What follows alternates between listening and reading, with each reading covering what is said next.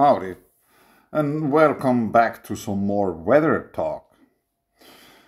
Yes, I have thousands of cloud pictures in my archive. I could make endless live streams just showing you cloud pictures. And that's just one of them. And it doesn't look very interesting at first glance. And I think some of the people who walked by as I took the pictures, they just thought that, what's wrong with that dude watching the sky? It's just gray. Yes, they might think so because they cannot see what I saw already just by watching the clouds. Of course, polarized glasses might help to some degree, but they're just a tool. It's up to the viewer in order to see, not to the glasses. Here's an example of how we can see atmospheric layers. So the clouds are in a way squeezed in between this rather thin layer of our atmosphere. And in a way I think this dark patch up here might indicate that there might be a double layer that's preventing these clouds from rising more up, or it could also be, let's take this picture because then we can see more of the clouds. As you can see, there's one rising here and they're all rising. And there is this one layer going there, and this might be the layer, might be this kind of a shock wave expression. It just starts to condense the air at the very layer because it gets penetrated from below with these clouds, and they might generate this cloud layer we can see here. And I also want to somehow point out that there is a somewhat equal spacing between all these rising clouds.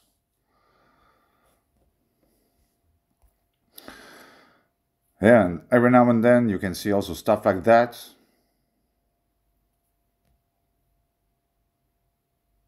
There is a huge amount of structuring and structures and shapes and forms. And this seems to be some kind of vortex structure.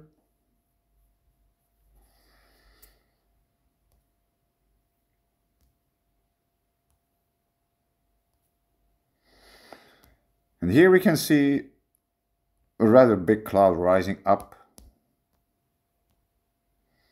And it creates also this layer here where it starts to penetrate through to the next layer of the atmosphere. Also here we can see these ripple clouds, and this is just plowing through that layer. So in other words, there is a boundary, but it's not definite. It can be penetrated and it will be penetrated. And sometimes those layers in which certain clouds appear, they vary in height, or let's say size.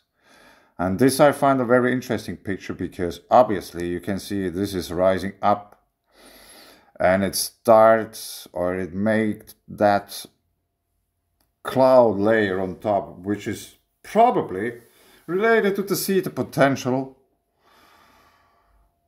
of one of the layers. It's the double layer. And the reason for why this is so nicely drawn out here is because there must be a very big differential between those different layers. It's not the same, but in a way, for you to understand how it can be so, you might think of water and oil. You know, the oil drop just stays as an oil drop if you drop it into a bucket of water. It's just confined. And this is in a way a similar principle. And here we can see it punched through and in the same way that got equalized. It's not a bump anymore. Here it's just, we can still see how it's going up, so the layer is still intact. And here basically we have a hole in the layer, that's why the cloud, or like this horizontal cloud is just now straight again. It's not bent anymore. So now, let's have a quick look at how the weather works. Center for Science Education, UCAR. How weather works. Learn how the temperature, humidity, wind, and pressure influence the weather. What is weather? Weather fronts, when a front passes over an area. Weather forecasts, a global look at moving air. And then we go here to the water cycle. Water can be in the atmosphere, on the land, in the ocean, and underground. It moves from place to place through the water cycle. I guess we have seen that in school. Everybody knows the water cycle. I have been taught that same thing in school as well, believe it or not. The water cycle. So now we are making a recap. I don't have to. I just want to prove to you that I know that stuff. Yeah, I grew up with that knowledge. I got taught in school. Like, many years I've been thinking that that's how the weather works. So now let's just make a quick recap. And actually, I've been watching Global Strategies for the Energy Transition. How can net zero be financed? I think that's in Germany, a talk from rich people about our future and how they are trying to save the planet and get rich at the same time and make you very happy. Anyway, the water cycle. All of the water on Earth makes up the hydrosphere. And that water doesn't stay still. It is always on the move. Rain falling today may have been water in a distant ocean days before. And the water you see in a river or stream may have been snow on a high mountain top. Water is in the atmosphere, on the land, in the ocean, and underground. It moves from place to place through the water cycle. Where's the water? There are about 1.4 billion cubic kilometers of water, 336 million cubic miles of water on Earth. That includes liquid water in the ocean, lakes and rivers. It includes frozen water in snow, ice and glaciers, and water that's underground in soils and rocks. It includes the water that's in the atmosphere as clouds and vapor. If you could pull all that water together like a gigantic water drop, it would be 1,500 kilometers across. Of all the water in the hydrosphere, the vast majority, about 97% of it, fills the ocean. About 2% of the water is frozen in ice sheets near the poles and in glaciers. Sometimes the ice on Earth is included in the hydrosphere and sometimes it's separated into a special part of the Earth system called the cryosphere. Most of the ice in Antarctica, a smaller amount in Greenland. We will talk about Greenland shortly. In the Arctic, and a tiny fraction in mountain glaciers around the world. Most of the remaining 1% of Earth's water is underground, in shallow aquifers, as soil moisture, or deep underground in rock layers. Only a small fraction of the water on Earth, 0.03%, is in lakes, wetlands and rivers. Yeah, maybe half of the lakes are in Finland. Anyway, that's the water cycle. So the sun is shining. Let's take yellow color. Sun is shining. Yeah. And the water goes up. Okay. It evaporates. And then the wind blows it somewhere. It condensates and goes down on the mountains. It flows into the river, goes back into the ocean, and the whole thing starts again. Okay? That's the water cycle. And because they are telling us we have the mountains here, and they are so high, the clouds smash into that, and they just have to drop all the rain because the mountains are in the way. And that also creates the glaciers. It's probably only partially true. Here it makes perfect sense, because obviously this is another elevation than this. There might be 5,000 meters difference between those. That's quite a big difference. So, let's have a look quickly at Windy. That looks a bit sketchy for being windy, but that's a screenshot I took half an hour ago, something. Because since a while I'm very intrigued about the activity that is going on here, and I've been talking about this strange weather pattern seeming to make connections straight to Europe, and now we have I don't know how many of those storms. They don't make it into the US, into the Gulf of Mexico at all. They are starting here, go a little bit further out, and then they blast into Europe. The last storm, Helene, that brought very big havoc into the US, formed here and went straight into already very watery regions. Yeah. As far as I have seen flood pictures, many white rivers got flooded. And I don't think that's any coincidence regarding the city potential of surfaces and what kind of magnetic vortices they are creating, and therefore creating weather patterns or attract weather patterns. Anyway, that's the screenshot I took a while ago.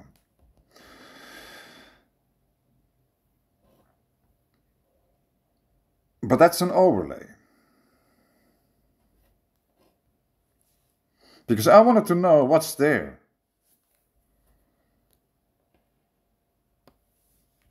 And we are right on the mid-Atlantic ridge.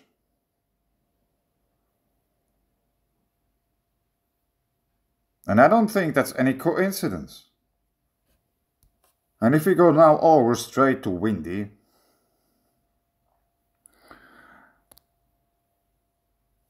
I don't think that it's possible for anyone to deny that there isn't a huge amount of electricity in that storm, because there's like thousands of lightning bolts going down at the approximately same place all the time. It doesn't move.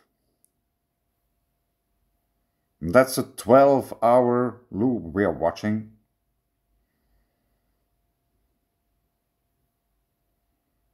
So it has been stationary for at least 12 hours, maybe even longer.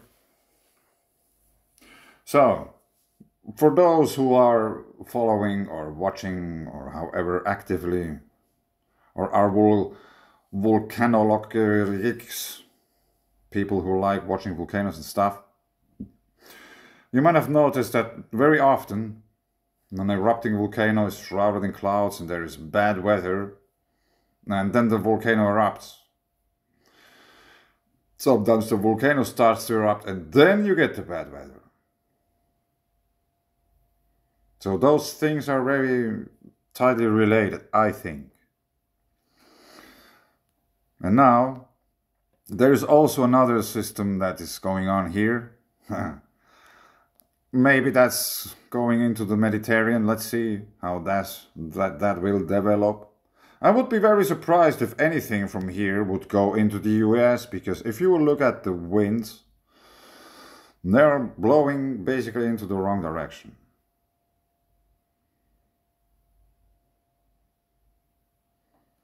See, they are going this way. They should go this way.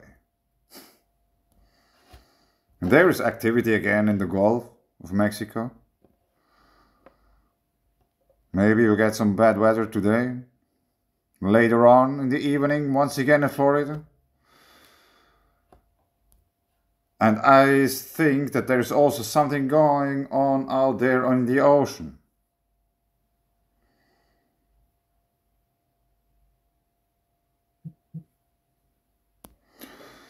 So we have increased activity almost all over the place. And now let's look at something else, because I wanted to show you still something about the rain.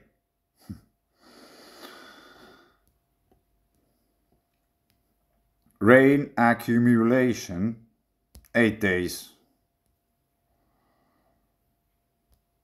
Yeah, this sucks. Why is that so big?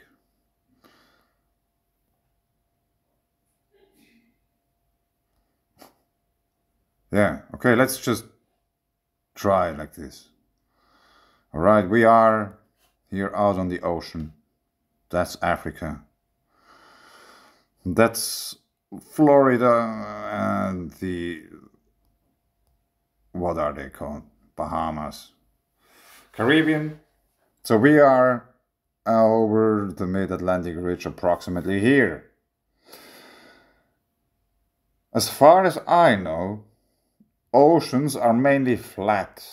There aren't really things sticking out. Of course, we have the waves. But other than that, it's rather flat.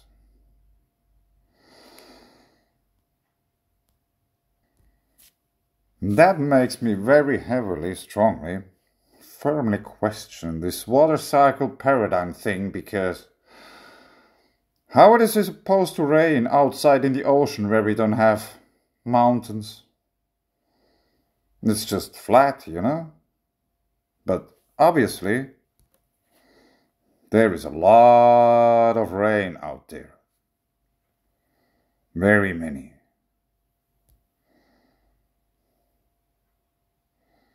Precipitation. Here we have something dark. Let's check it out.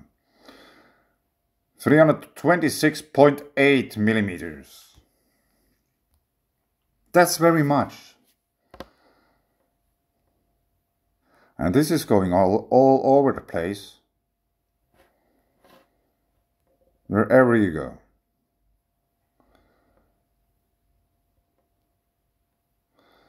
So the oceans are getting very wet. This is one thing we have to take into consideration about when it's getting colder, when we go into the winter and we have cold snaps coming from the north, and we have the Atlantic, the North Atlantic or Mid-Atlantic. Maybe it is the top layer of it could be rather fresh water, or let's say less saltier than the waters from below, because it has been raining so much. And sometimes the waters don't really want to mix. Like if you take water and put it into another water, like if you have seen rivers joining, or there's like seas as well, where we have the boundaries between different kinds of seas and oceans, they don't really mix. In other words, if it's raining a lot over the oceans, we might get a layer of fresh water on top, okay? And since it's fresh water, it will freeze much more easily over when it gets cold than salt water. That might be something to take into consideration when we go into winter. If, for example, this region of the sea is very heavily saturated with fresh water that came from above, it might freeze over surprisingly easy.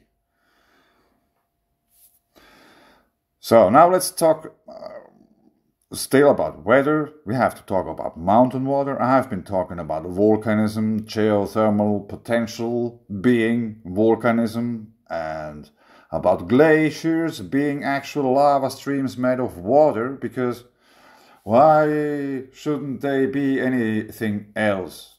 Because water is very abundant. A glacier doesn't need any snowfall or anything in order for it to grow. I have been showing you that in this miniature glacier I found once. Let's have a quick look at that in order for you to see that if you haven't seen it. So now that's one of the 2 videos I made about this little small glacier. I found a tiny glacier. And proof of the slightly elevated geothermal potential at the plasma rock site. Yeah, and it's so cold. It has been, that's from this spring, it has been a little bit warm, let's say, for a while, and much of the snow melted, and then we got a cold snap again. But no snow, obviously. And there cannot be any melting water coming from anywhere because it has been several degrees minus. And yet still, there is this kind of structure there. It's a small glacier, and because it's small, it doesn't last really long. Maybe one day out of this little glacier can grow a bigger one.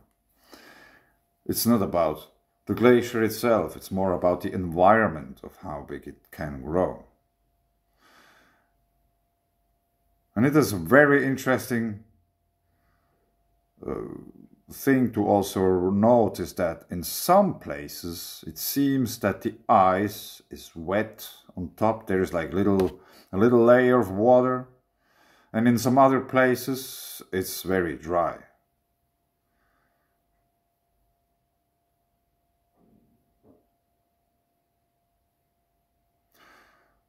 Yeah, here you can see the wet ice.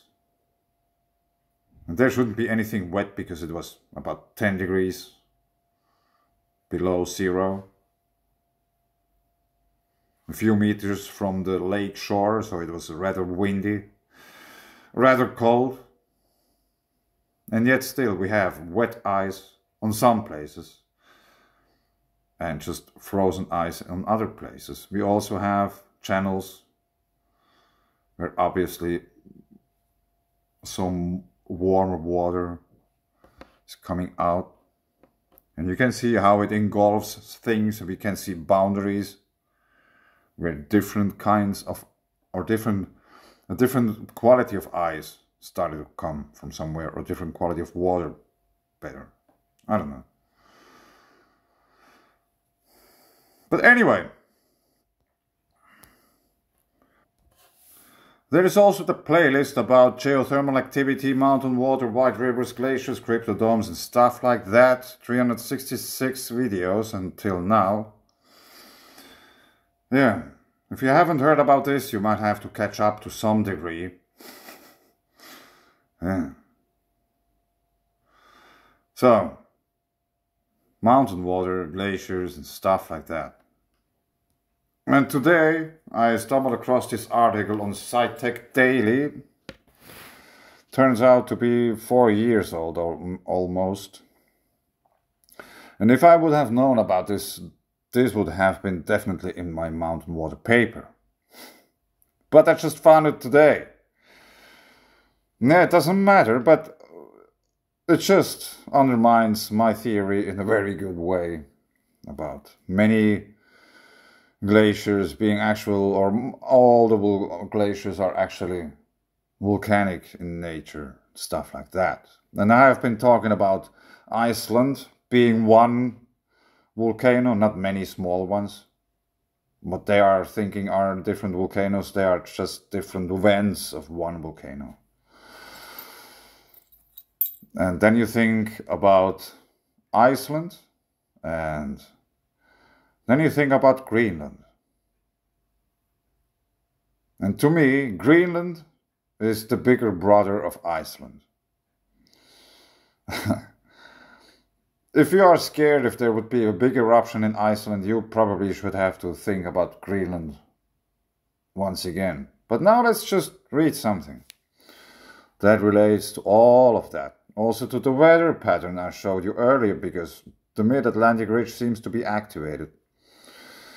Newly discovered Greenland hot rock mantle plume drives thermal activities in the Arctic. Then, of course, Tohoku University in Japan. A seismic station on the Greenland ice sheet installed by authors. Snow accumulation in 1 year is approximately 1.5 meters. A team of researchers understands more about the melting of the Greenland ice sheet. They discovered a flow of hot rocks known as mantle plume rising from the core mantle boundary beneath central Greenland that melts the ice from below. The results of their two-part study were published in the Journal of Geophysical Research. Knowledge about the Greenland plume will bolster our understanding of volcanic activities in these regions and the problematic issues of global sea level rising caused by the melting of the Greenland ice sheet, said Dr. Genti Toyokuni, co-author of the studies. Yeah, I just want to see how they are going to blame you for the Greenland ice melting if there's a volcano. But it might be your fault after all. And you probably also will be happy about that. Anyway, the North Atlantic region is awash with geothermal activity. Yes, the North Atlantic region. That's a big region. That's a very big region. It might be bigger than Europe. Iceland and Jan Mayen contain active volcanoes with their own distinct mantle plumes, whilst Svalbard, a Norwegian archipelago in the Arctic Ocean, is a geothermal area. However, the origin of these activities and their interconnectedness has largely been unexplored. The research team discovered that the Greenland plume rose from the core mantle boundary to the mantle transition zone beneath Greenland. The plume also has two branches in the lower mantle that feed into other plumes in the region, supplying heat to the active regions in Iceland and Jan Mayen and the geothermal area in Svalbard. Yeah. Did you get this? How big that thing is? Their findings were based on measurements of the 3D seismic velocity structure of the crust and whole mantle beneath these regions. To obtain these measurements, they used seismic topography. Numerous seismic wave arrival times were inverted to obtain 3D images of the underground structure. The method works similarly to a CT scan of the human body. Toyokuni was able to utilize seismographs he installed on the Greenland ice sheet as parts of the Greenland ice sheet monitoring network. Set up in 2009, the project sees the collaboration of researchers from 11 countries. The US-Japan joint team is primarily responsible for the construction and the maintenance of the 3 seismic stations on the ice sheet. Volcano.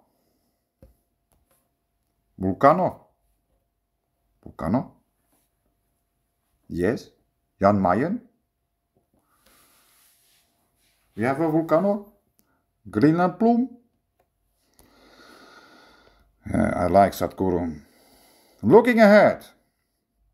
Now let's just read this picture description because that's very long. There might be something interesting.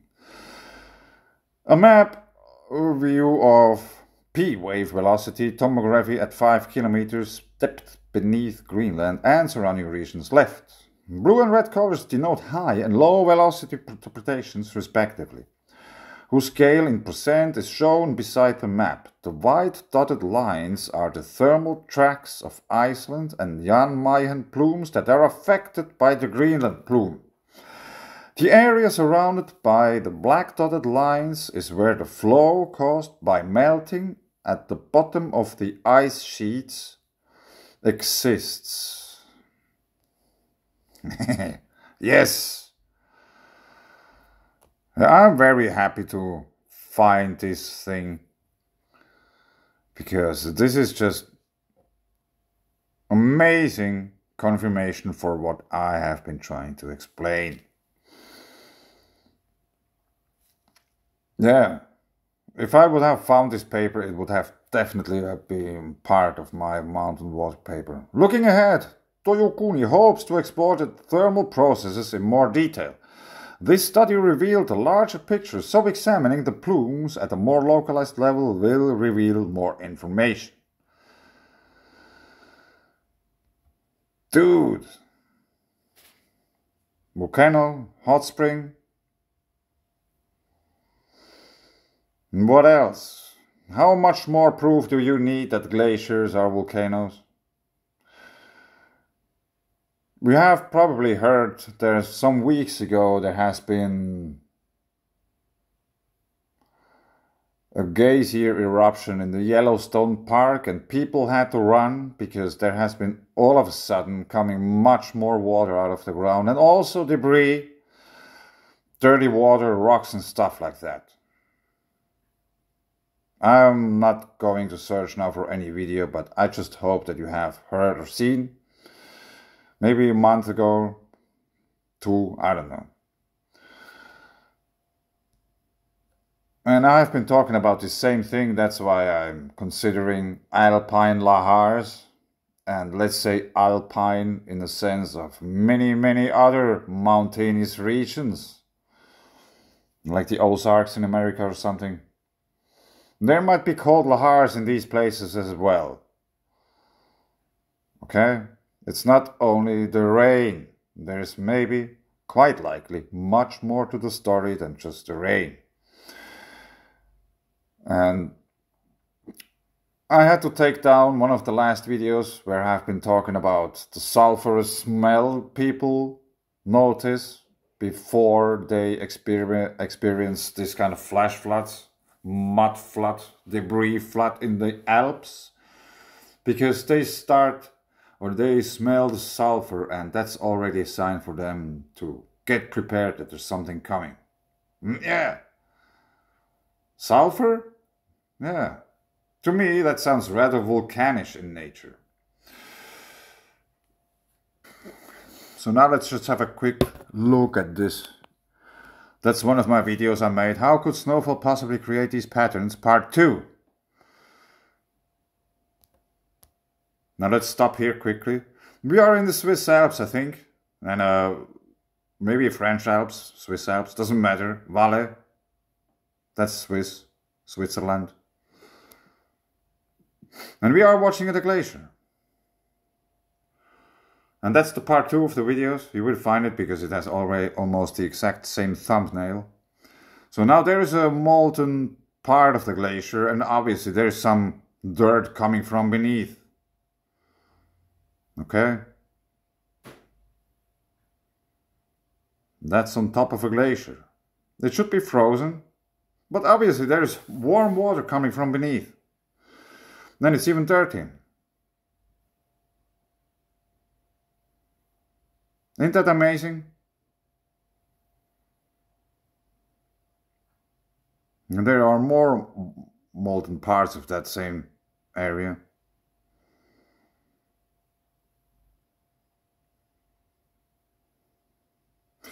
That's some kind of a volcano, I don't know. Maybe a phreatic volcano.